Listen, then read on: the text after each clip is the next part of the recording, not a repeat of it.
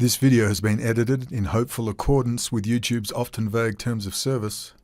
These are interesting times, and the legal key word is incitement, and it is front and center in all online productions. These videos appear 1 week earlier on my Patreon for $2.50 a week. I thank all my patrons for their support, as well as those who use my bank account, including Roy D, Work, George, Zakat, Paola, Viva Italia, Stephen L, Kelly, Elise D, Andrew, 1918, Maddie B, Sandra J, Paulus W. Please forgive me if I missed you. Let me know if I did. I'm not living at home with Mummy's basement, and believe me, I appreciate all the assistance, and like you, I hope to survive the coming years, both online and off. Back to the video, and it's a good one. Enjoy. Hola, Internet amigos. We'll be digging into the Kenosha Kid, James O'Keefe, and Patrick Berge. Now don't fret, it's not going to be that bad. Now, this is a quickie. So much is happening.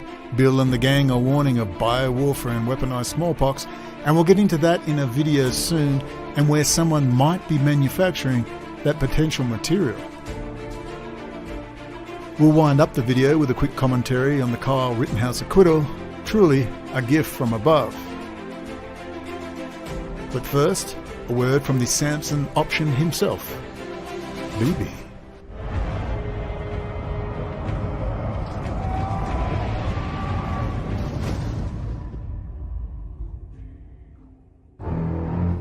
In cyber is a real domain of power. In cyber is a real domain of power. Introduction. The military has a name for fake news. It's called IIA Operations, Interactive Internet Activities. The military uses Interactive Internet Activities, or IIA, as the psychological operations nomenclature for a tactical social media warfare program. Department of Defense Information Operations Joint Publications 3-12.2 Psychological Operations dated the 7th of January 2010. It defines interactive internet activities as follows. A. Psychological operations and computer network operations. CNO supports PSYOP with dissemination assets to include interactive internet activities. CNO activities can deny or degrade an adversary's ability to access, report, and process information. This capability supports PSYOP by providing access to digital media within the information environment to reach intended targets. When you watch Alex Jones, when you watch David Icke, when you watch Nick Fuentes, when you watch Tucker Carlson, when you watch CNN, when you watch Joe Rogan, when you watch Timcast, IRL, when you watch any social media influencer of any status, always in your mind must be the concept of IIA operations. Limited release or limited hangout, controlled release, suppression, containment, redirection, misdirection of information into meaningless manufactured online issues, arguments and circular dead ends that exhaust and confuse. The aim? To never allow diverse, meaningful information to become direct, meaningful political power and movements at the grassroots level that have concrete effects in the public domain. You are in a contrived right versus left banker-funded dialectic. When you are exhausted, beaten, and crying out for certainty and freedom from fear and anxiety, the final solution will be offered you. End of introduction. Perhaps you can understand.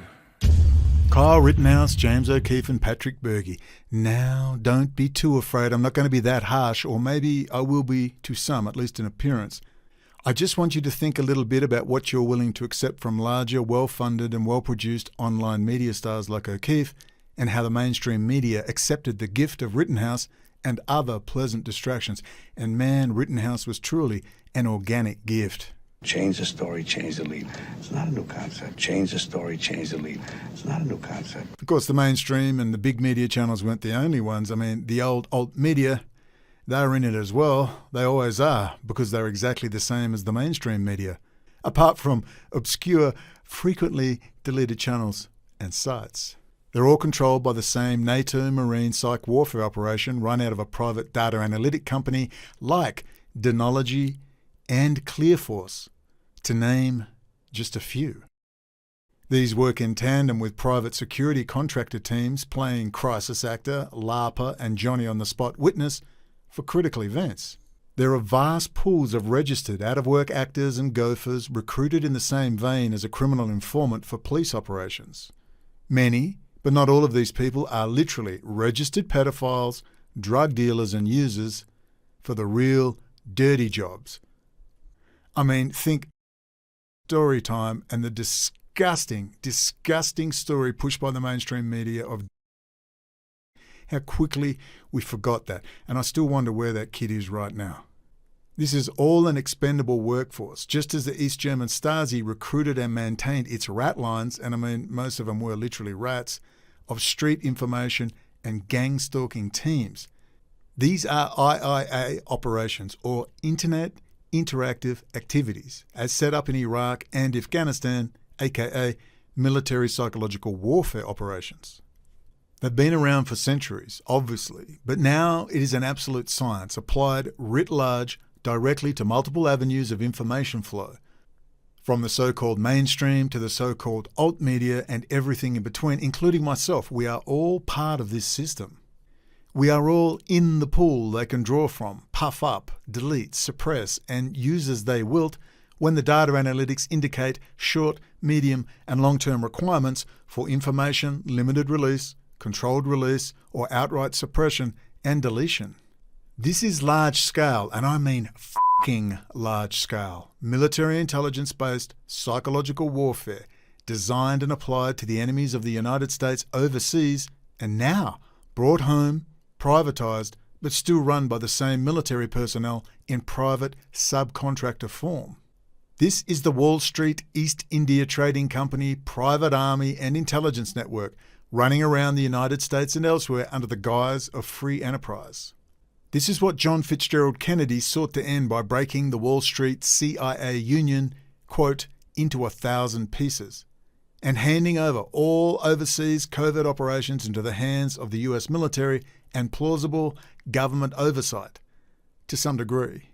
This move directly broke the East India, UK, EU banking cartel grip on the United States military and intelligence apparatus power machine. And we know what happened next via the Israeli kill team. Rothschild and Kissinger never looked so happy with Lyndon Johnson post-Kennedy killing, did they? Happy little chappies. But that was Walt Whitman Rostow and his crowd. And he's a very dangerous man, because Walt Whitman Rostow is a communist. Okay, and in what capacity is he? Oh, he was one of the wise men in Kennedy's administration. I think he was probably responsible for the movement that got Kennedy murdered. I believe it was an Israeli group which did it with some of these rogues.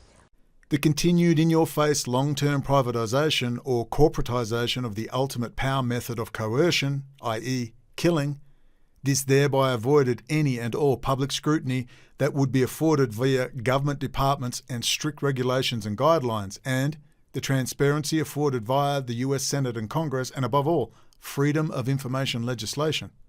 Finally topped off, in our dreams, with an engaged and interested citizenry demanding personal and government accountability.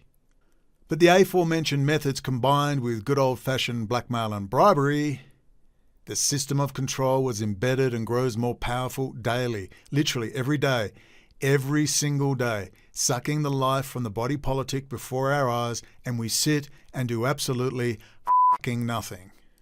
This is the old British Empire Union of Queen Victoria and the UK European Rothschild banking cartel, the East India Trading Company and its present internationalist right and left arm, the Henry Kissinger and George Soros networks, to name but a few.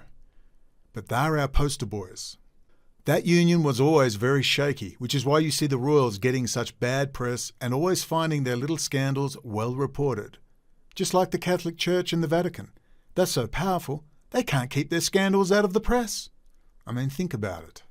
Sideline. Which power group could you never talk about, except very recently? in panting, gasping, well received by the emperor with no clothes. So if you criticise, you better suck hole heavily along the way. Is there any other group you have to do that with? Any? Who has the power? Yeah, now you're getting it. Now, Patrick Berge and the Millie Weaver, Gavin Wynne's team, and Shadowgate highlighted and brought this very important and specific truth to us 2 years ago. And, what the f*** has changed? Superficially, f*** all. There is zero, and I mean zero, self-evident behavioural change online with the information provided. I went to the University of Illinois for military history. So by trade, I'm actually a historian. Following graduating from the University of Illinois, I went to Southern Illinois University in Carbondale, where I studied museum administration. So I ended up graduating with my Master's of Public Administration, and that's when I went into ROTC. So I commissioned with my master's degree in 2012. Especially with me studying history, had no idea how relevant putting history into cyber would actually relate. So what I do a lot of the time is I'm actually tracking our threats. So what's going on in the news and politics today has everything to do with what cyber operations are actually taking place. And so I'm telling the team what's going on so we know what to be on the lookout for as we're conducting our cyber operations from day to day. Everything you see is a stage-managed or co-opted natural event designed to delete, suppress, channel, divert, and misdirect human energies, thoughts, behaviours, and actions that would threaten the status quo, i.e., bankers and their plans for a psychologically battered peasantry.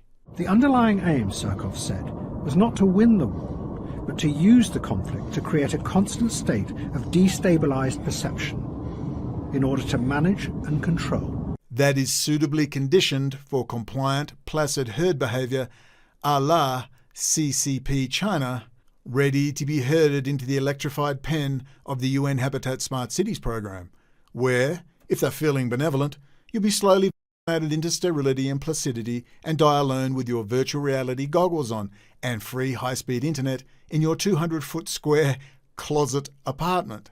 And if we're really good cattle and we have a good social contract score, we might get a sex robot. And Alex Jones will be lining up for all the extra features. Won't you, Alex? Just like the rest of you, denology, military intel, whore opinions for sale. In the past, when you stepped out of line and opened your mouth a bit too big and perhaps gained an audience, you were killed via heart attack, stroke, home invasion gone bad to steal your TV, or a head-on with a truck.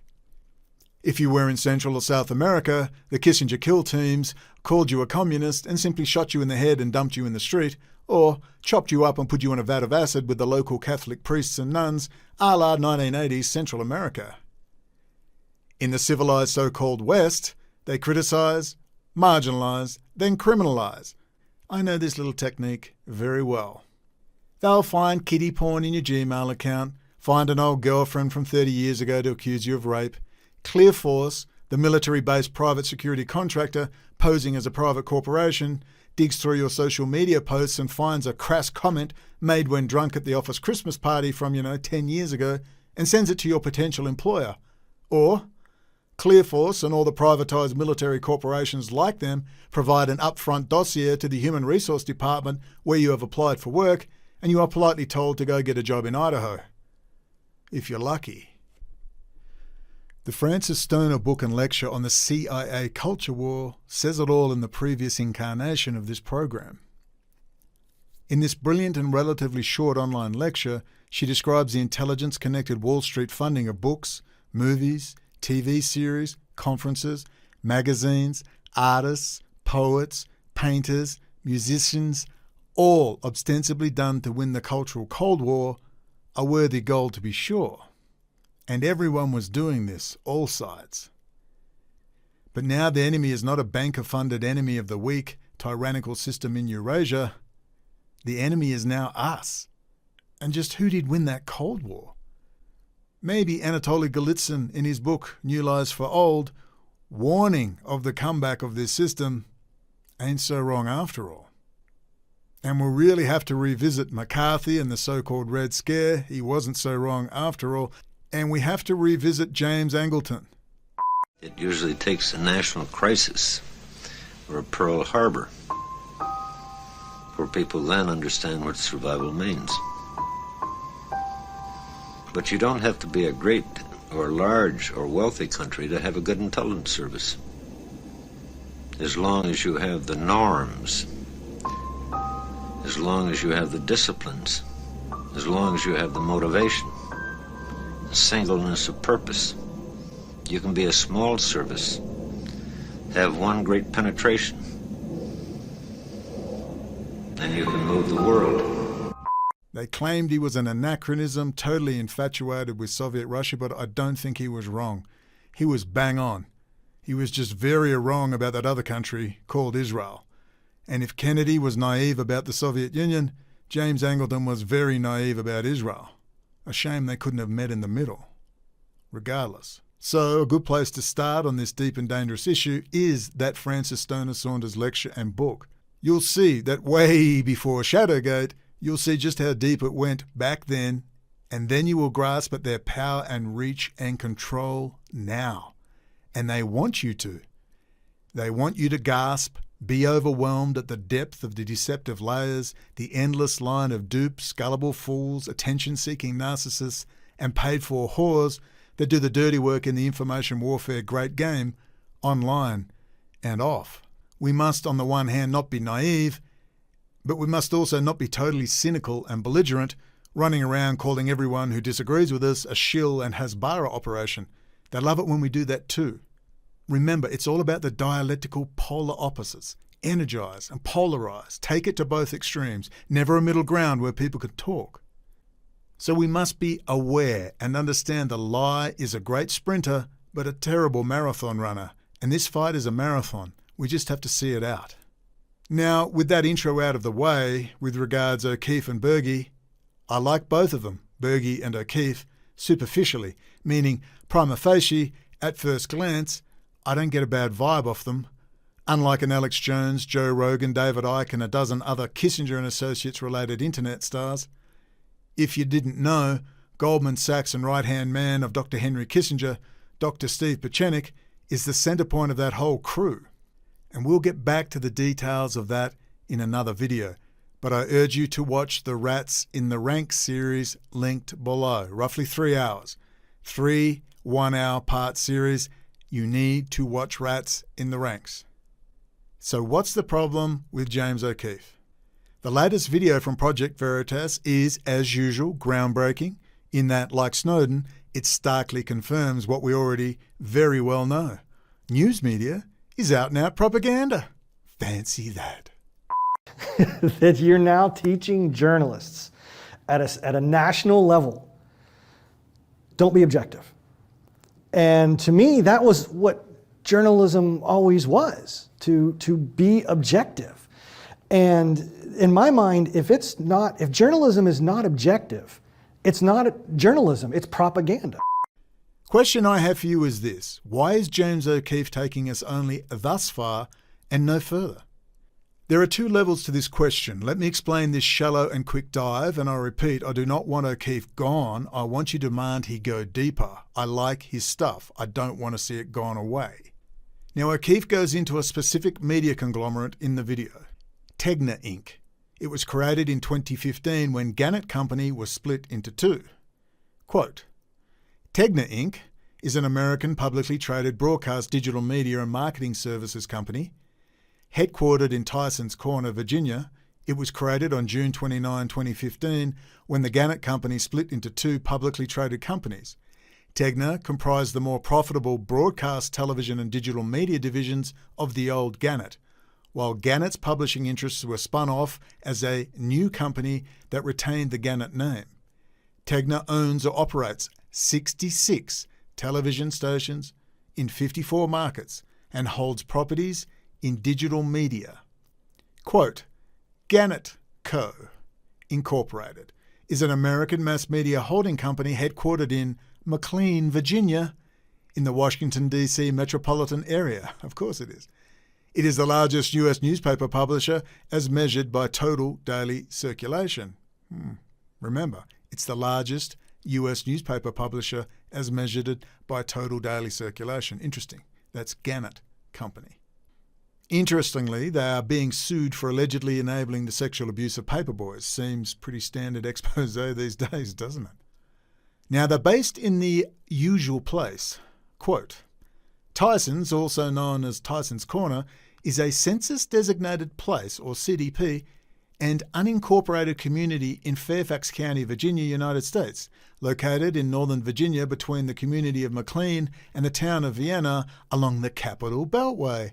It lies within the Washington metropolitan area. Tyson's is home to two super-regional shopping malls, Tyson's Corner Center and Tyson's Galleria, and the corporate headquarters of numerous companies such as Alarm.com, Booz Allen Hamilton, that's Snowden's old company, Capital One, DXC Technology, Freddie Mac, Gannett, Hilton Worldwide, Intelsat, very interesting, and Tegna. Now, what else is in Northern Virginia? Virginia rings a bell. Northern Virginia. There's something there. I just can't remember. I can't recall. Anyway, a 5-minute superficial online search of Tegna should show the practiced eye exactly who Tegna Media is, especially with the information provided superficially at the start of this video. The same people who funded Facebook, Twitter, Google, all of them, if it's information-based in gathering and or dissemination of information, and they're big, there they are. The merging of government and big business, Wall Street and the City of London. I think they call it in the olden days, what was that word? Fascism. But really, it's just centralised command and control, aka tyranny.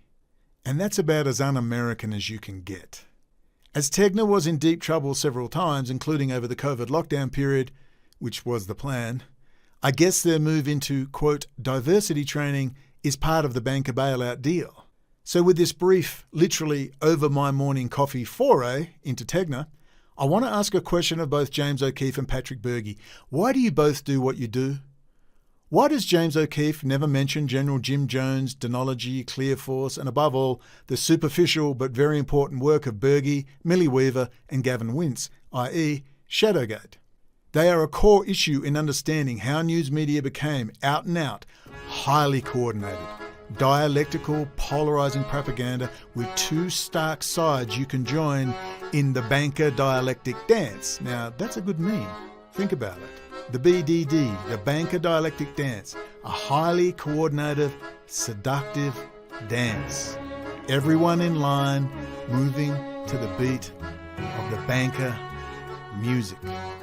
In particular, Clear Force, which has every major network as a client, checking backgrounds of staff for a, suitable attitude, the correct internalization of values, as a Noam Chomsky would say. And listen, I can't stand Professor Noam Chomsky. Nonetheless, he has incredible information you must read. If you're going to read just one thing of Chomsky, you must read and watch the documentary, The Manufacture of Consent. I repeat, Chomsky makes me sick. I'm sick of his idiotic, senile attitudes in his old age. I mean, he's just gotten completely ridiculous. But if God put him on the earth for one thing, it was the groundbreaking book and documentary, The Manufacture of Consent. You must read and watch it. He's bang on. These companies are all about psychological profiling, whether it's mainstream reporters or so-called alt reporters, or the errant Edward Snowdens of the world. Patrick Berge et al. Went deep into their operations, along the way exposing Roger Stone and his close relationship to the head of Denology, Jim Jones, son of NATO Marine head psychological warfare General Jim Jones. Shit gets deeper. Roger Stone and Paul Manafort, via Manafort's company, 3EDC LLC, were working closely with NATO Marine psychological warfare. Now you think about that. You think about Roger Stone and just who he is and how he plays all sides. Patrick Berge dropped an absolute bombshell when he outed that on Alex Jones in late 2020. Explain it, because it doesn't hurt my feelings. Explain why you wouldn't come here first. I'm the pioneer of IIA, basically social media fake news. The last place that I'm going to go is a organization called Information Warfare, right? So our number one partner, and this is 2008, 2009, 2010, our number one partner. Hell, we were McCain's IT security company and social media company during the '08 primary. We were replaced in a subprime shift with Paul Manafort and Roger Stone, right? So your partner is someone who was who is close personal friends to my boss, Jim Jones, his dad, General James Jones, and Dynology, the company I worked for, when I'm helping them make these flyers, didn't have any salespeople. And 3EDC. But explain that to people, because I know that General Jones was involved consulting Trump early on. And I know he has some involvement because Stone goes around and works with all these groups. It was incredible. Anyone barely remembers it. And Roger Stone is still running around like nothing's happened. It's unbelievable. This is what I mean. Nothing's changed. We get all this information and we're still clueless. It goes in one ear and out the other. Now we're watching the latest, change the lead, change the story. It's not a new concept. Change the story, change the lead. It's not a new concept. Change the story, change the lead. It's not a new concept. I mean, O'Keefe, James O'Keefe has 0. And I mean 0 to say on this. You can't do that accidentally. And please, I've watched pretty much all his stuff on a pretty routine basis. If I've missed it, please let me know. This is James O'Keefe's issue. He needs to round it off. He needs to put the icing on the cake. We need the whole story. He's not doing it because he won't do it. He refuses to do it. I know that he knows the Shadowgate series. I know that he knows all about Israel, etc., etc., etc. So how long will these people be lauded before they are hated? We need the full story, the big picture, and we need it right now. It should be no surprise to anyone that if they have a crowd in tow, they will be omitting 2 things: the centrality of bankers and the centrality of Israel in every plot, every fake news, every false flag, every time. The whole issue has been turned into a right versus left issue. Or it will be a gay versus straight issue, or Jew versus Gentile issue, or man versus woman issue, or black versus white issue, fat versus skinny issue, non-binary self-identifying bunny from Mars versus the ones from Venus. Anything but bankers and their bad habits. Every war is a banker war. And I repeat, the centrality of bankers and Israel. So bone tossing does not count. Urban Dictionary meaning: toss someone a bone. To attempt to appease or placate someone by giving them something trivial or of minor importance. Example, quote, "My younger brother is always pleading for me to help his career, so I tossed him a bone and got him a gig in some bar at the edge of town." End quote.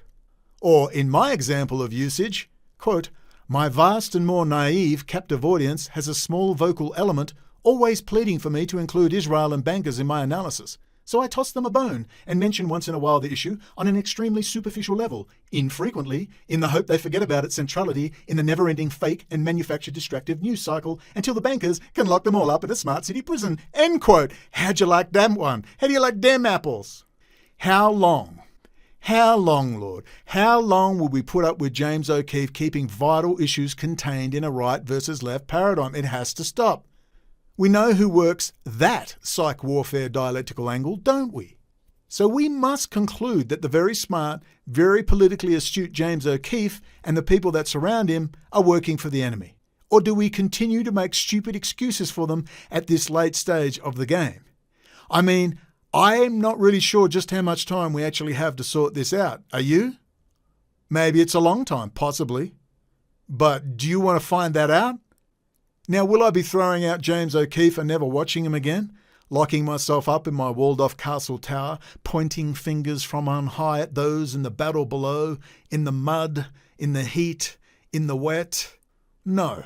I will continue to watch and observe and hope that they are simply running a narrative they feel will get them the most mileage in very interesting and controlling times. But I take notes, and if I was in the United States, I would be making lists of those who have been naughty and those who have been nice, and I would be making sure if you want to be a privatised military security contractor, social media influencer, star/whore, there is a stark reminder from history that will come again. The brilliant German movie The Lives of Others was released in 2006. The film superbly explains what happened in Stasi-controlled East Germany during the Cold War in the 1980s. No conversation was private, no meeting was clandestine, and they had 1/100th the technology of today. Some of the scenes are absolutely brilliant, wiring up an apartment for sound. By the end of the film, with the day-to-day human tragedy exhausted, the Stasi files are captured and made available to the public post-collapse of the wall and the Soviet Union. And what was found? 1/3 of the East German adult population was a bought and paid for registered Stasi informer. Another 1/3 of the East German adult population was an informal, off-the-books informant for the state. So 2/3 of the East German population was informing on each other. Think about that. One day, when this is all settled and the bankers are not in a place they are used to, we will get a hold of all the data they have nicely collated for us. And we will know who was a willing enabler of the building totalitarian privatised Hunger Games UN habitat city-state. We will know who was coerced. We will know who was paid and who claims post-battle they were in the thick of it when in fact they were just a whiny little demoralising coward. We will know. As a side note, you may remember the infamous Holocaust denier, Dr. Friedrich Tobin. Do you know the name of one of his best friends? Peter Brockschmidt. And who was Peter Brockschmidt? Well, Peter Brockschmidt was a German, and he worked East German Warsaw Pact counterintelligence, military counterintelligence. And you know where Peter Brockschmidt went after the wall fell? Well, he went and joined the Israeli Defense Force because he was German and qualified as Jewish. And you know where he worked in Israel? Israeli military intelligence, counterintelligence.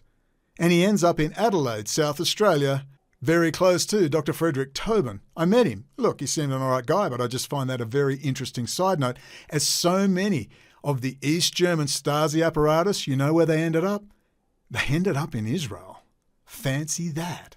So, James O'Keefe, I urge you, please, I love your work, but think past the immediate gratification of the safe and warm ghetto walls you have around you and think how history will judge you. At least think at that level. How will long-term history judge you? And Patrick Berge, as you push lizard man David Icke videos while berating his business partner Alex Jones, we notice. You need to make sense, buddy. And Patrick Berge, throwing away the credibility you could have had by hanging out with Tor, a cute-hard enabler of idiotic, groundless garbage. Think about how you would be judged by history. You wonder why people won't take you seriously, Patrick? Seriously? Quoting David Icke? Patrick, the word Israel has not crossed your lips publicly. Why is that? Have I missed it? It's possible I missed it. If so, please point it out, somebody. In private conversations, you let it all hang out. You praise me, but you have never, ever, ever mentioned my name nor pushed the excellent videos I produced on core vital issues to your audience. Did I miss it? Again, if I did, point it out to me, someone. But you go on that tour and you won't mention my name or promote the excellent videos I've made? Why is that? What, just being seen with me is safe? Why or how is that possible? Why does Zach the Google whistleblower praise my videos and the overall work I've done, but again, never mention my name, never mention the videos? Why does he want to be seen with me and talk about his new online platform, which is brilliant, by the way? Wait for it to come out. It's pretty groovy. But he does not want to talk about Israel. He literally said that to me. Doesn't want to talk about Israel. He owes something to James O'Keefe. I'm sorry, I don't get it. It's like, and this is an extreme metaphor I'm about to make here, but I want to make a point. Listen, this is like wanting to chat with Adolf Hitler, but you tell Adolf not to mention the war. It might look bad. Now, I don't think that's going to protect you in any way, nor cover some agreement you have with James O'Keefe, as you intimated, or in fact, you outright said. If you're going to be seen with me to talk about your social media platform, not talking about Israel ain't going to cover your butt. Please, Zach, you're a genius. I like the work you've done. People have said things about you. I just see that as idle gossip. But I think my ass kissing in private, I've had enough. You don't have to talk to me. Just promote the videos I've made, particularly 5, 6, 7, 8, 9, 17, 18, and 39, to name a few. They're all in one single playlist, linked below, the must-watch playlist. I tell you what, Patrick Berge, I tell you what, Zach, the Google whistleblower, don't mention my damn name then, but promote the videos and promote that playlist, the must-watch playlist. Why don't you just do that? All of you, think about how you're going to be judged by history, or is someone in your ear, someone closely associated with military intelligence, the same people that told me in Australia, please, Brendon, quote, "These things are handled quietly." Yeah, well, we hope so. But I'm not taking any chances. History in the immediate and long term will judge anyone who kisses my ass in private and will not push the excellent videos I've made on Israel, Russia, China, and US critical infrastructure, including core coding of Microsoft products in Israel and hardware manufacture and design in Israel, like Intel Corporation. Why have none of you ever seen fit to encourage political action by pushing the excellent video 8, A Few Good Jews, where American Jewish activist Jeremy Rothschild ambushes Democratic presidential hopefuls on the streets of Iowa with regards Israel and the Pentagon cloud contract with Microsoft, based in Israel?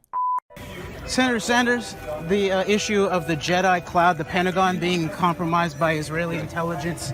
Have you looked into that? Do you know that Microsoft is basically... Excuse me. Okay, this is a key issue, though. When are we going to talk about this? That video should have 1 million views. No one with an audience pushes it ever. Think about it. And it's not just good information. It shows an American Jewish activist speaking out. We must have more Jews doing the core work. You must be front and center. This will work well on multiple levels. It will protect Jewish communities from further anti-Semitism, increases in anti-Semitism, or allegations of covering for Israel. Man, this video covers so many issues so well. It's brilliant. And look at it languishing there. This is a joke. That video should literally have 1 million views. It encourages people to lobby politically as well. No one gives a flying f***, and I am sick of it. So I don't understand. Just being seen with me is safe because the Denology online ghetto means you can mix with multiple demographics as they never cross paths in the online ether. You can tell or infer to your audiences what they want to hear and nothing crosses over the data analytics blood-brain barrier. Is that right? Is this how this works? Well, that is apparently how it works. Patrick Berge explained that to me. That's the point. Adam Curtis explained this to us in Hypernormalization, a documentary you must watch. You're not reaching other people. You're in an echo chamber talking to your friends. But then a technologist emerged who went much further, and his ideas would become central to Putin's grip on power. He was called Vladislav Surkov. Surkov came originally from the theatre world, and those who have studied his career say that what he did was take avant-garde ideas from the theatre and bring them into the heart of politics. Surkov's aim was not just to manipulate people, but to go deeper and play with and undermine their very perception of the world, so they are never sure what is really happening.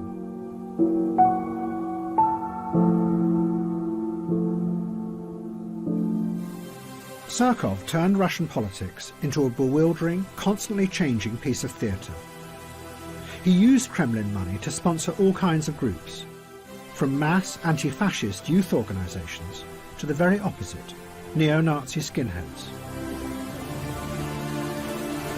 And liberal human rights groups who then attacked the government. Surkov even backed whole political parties that were opposed to President Putin. But the key thing was that Surkov then let it be known that this was what he was doing, which meant that no one was sure what was real or what was fake in modern Russia. As one journalist put it, it's a strategy of power that keeps any opposition constantly confused, a ceaseless shape-shifting that is unstoppable because it is indefinable. Meanwhile, real power was elsewhere, hidden away behind the stage, exercised without anyone seeing it. And then, the same thing seemed to start happening in the West. The liberals were outraged by Trump, but they expressed their anger in cyberspace, so it had no effect, because the algorithms made sure that they only spoke to people who already agreed with them. The underlying aim, Surkov said, was not to win the war, but to use the conflict to create a constant state of destabilized perception, in order to manage and control.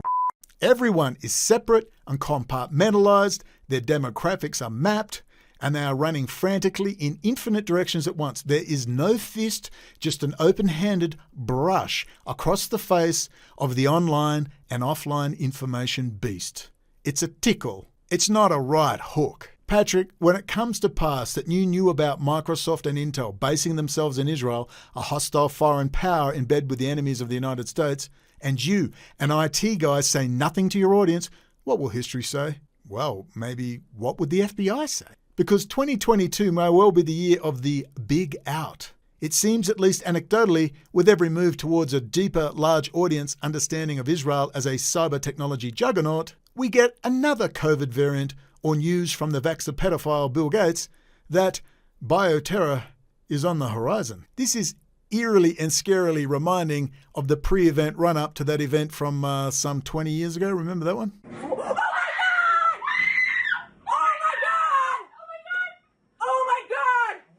And just as Vladislav Surkov gave it all away quite deliberately, showing that Putin's backers, Kissinger, was funding all sides in the political debate in Russia, and then they let everyone know.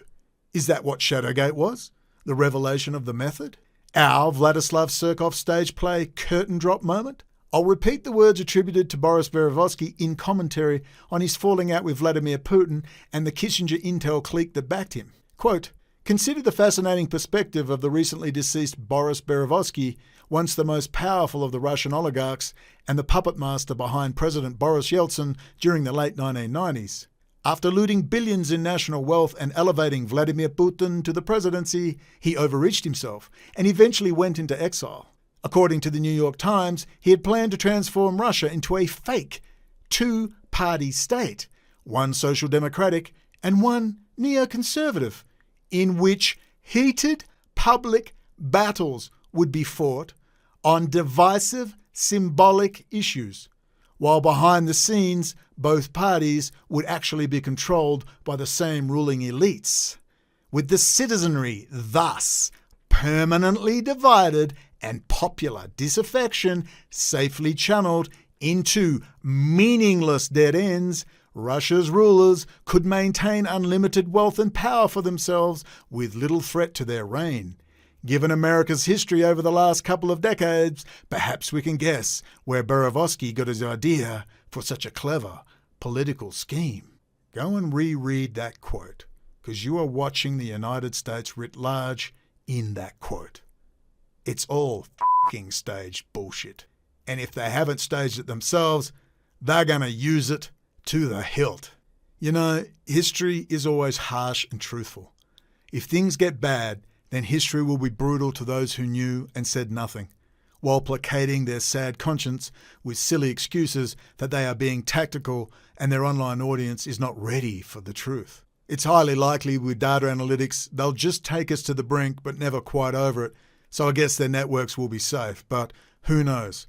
I'd like you to go back in history to a time period 1939 to 1945, because that is the exact thing that could happen in the great game of chess going on the Eurasian continent right now. We need a truth unfettered and unsullied by lizard theories and UFOs and racial supremacist rhetoric, and the omission of the centrality of bankers and their operational planning bunker, their wolf's lair, Israel. People are watching, and it's time for the full truth in all its clear, historically based glory, free from theatre and, above all, bone tossers. Many of the little pretend online social media wannabe journalistic dissidents are altering their rhetoric and general direction as more and more people wake up to the fake news and the fake alt news. Don't fall for it. A core group of people have been harassing them constantly and engaging with their audience, and they are feeling the heat. They must know their behaviour is noted, recorded, screenshotted, dated, and archived for future reference. There's a lot happening. We'll speak again soon. Try and stay sane.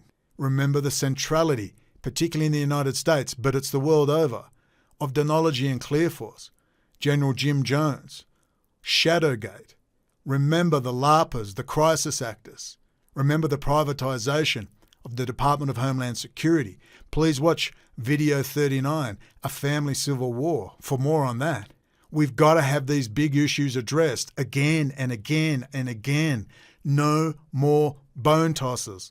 Please, and above all, remember F. Scott Fitzgerald. The test of a first-rate intelligence is the ability to hold two opposing ideas in the mind at the same time and still retain the ability to function. One should, for example, be able to see that things are hopeless and yet be determined to make them otherwise. This philosophy fitted on to my early adult life when I saw the improbable, the implausible, often the impossible, come true. I have this printed out and put on my wall. In closing, they will always push a broad narrative that the end is near. If it's near, why fight? Please remember F. Scott Fitzgerald and don't stop fighting. Good luck, God bless, and above all, God bless America and the US Constitution. We'll speak again soon. Perhaps you can understand